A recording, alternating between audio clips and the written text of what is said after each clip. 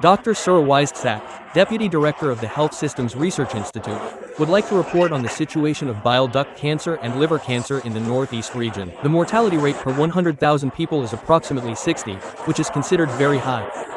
60 per 100,000 people out of 70 million, that's a very, very high number, much higher than accidental cases of bile duct cancer.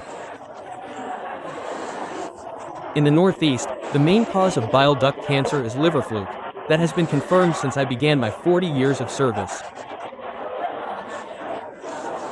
This is because the world's diseases are related to consumption culture.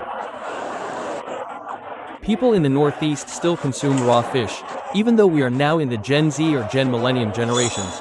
They are still continuing this tradition. It's not that there's no consumption of raw fish, but it's something that can't be managed solely by public health authorities. We know that waste pollutants enter water sources and then end up in shellfish and fish, becoming breeding grounds for parasites. These parasites then infect humans through ingestion of insects like onions, which then enter the liver and attach to the bile ducts, causing chronic ulcers and eventually bile duct cancer. This is a major problem for us. However, if it's cooked properly, it won't be a problem, but it affects many people, including food vendors. It's not that raw fermented fish is truly raw, and cooked fermented fish is truly cooked. We're not sure. So, making your own papaya salad or other dishes.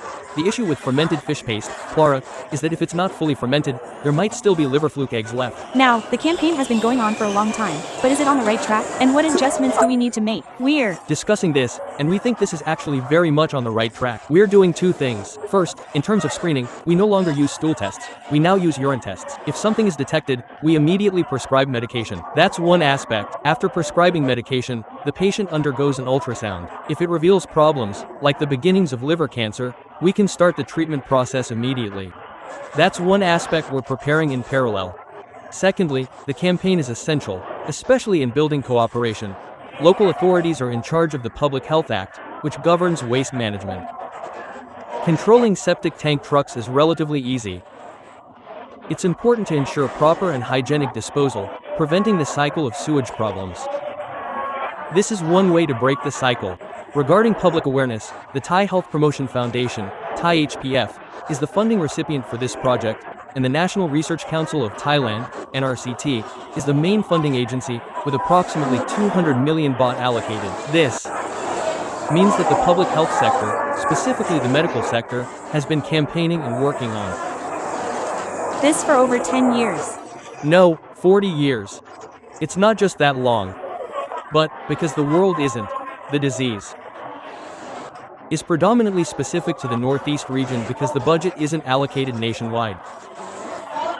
For example, when the government addresses diseases like cardiovascular disease or diabetes, it's nationwide funding. But when it comes to specific programs for the Northeast, there's a problem with insufficient funds. That's why we have to provide research funding to support both research and treatment. So, the problems that haven't decreased and are still prevalent today, according to medical indications, are caused by certain factors, like ingrained eating habits and cultural traditions. That's why we're here today, with the Thai Health Promotion Foundation, Thai HPF, as the body overseeing. The best media professionals in the country invested their time and effort, suggesting we try producing media. You can see that Ms. Ratrisriwilai participated, and we organized media competitions that we thought were appropriate. That's one aspect. Another aspect is creating manuals or teaching materials to instill good eating habits in students. In the Northeast, we need to do two things: target adults and educate young people about healthy eating.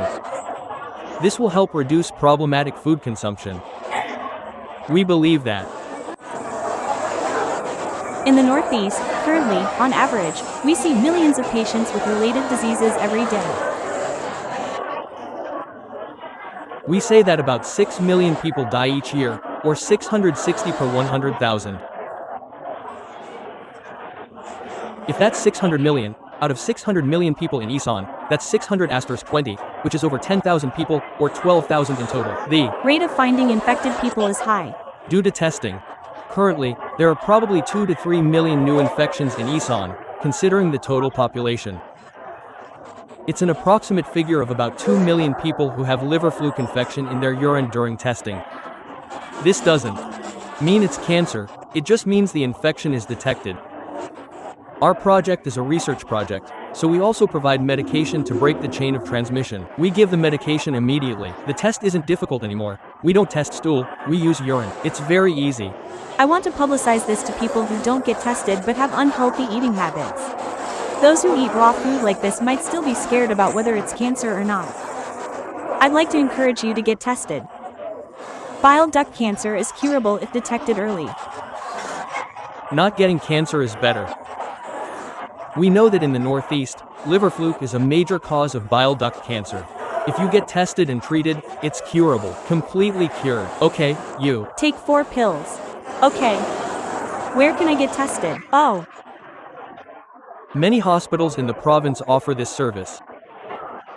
We have OVATATK now, right? Yes, we do. It Might be a little expensive, but it's easier to test than a stool sample, and it's very accurate. Thank you. Quote.